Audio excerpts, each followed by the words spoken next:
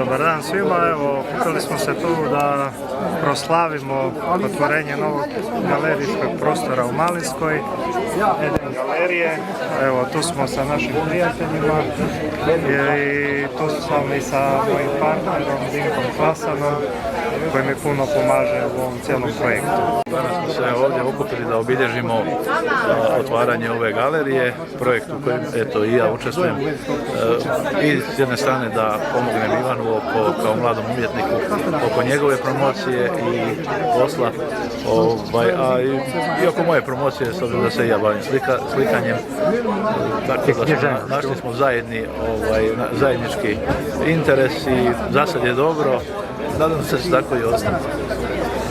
Bravo, čestitam i sretno. Rekao bi da smo više od zajedničkog interesa pronašli jedan zajednički jezik i prijateljstvo. Nešto u duhu. To mi je stvarno jako dobro. Biće da je nešto u duhu. Nešto u duhu. Nije ništa u novcu, sve u duhu. Da.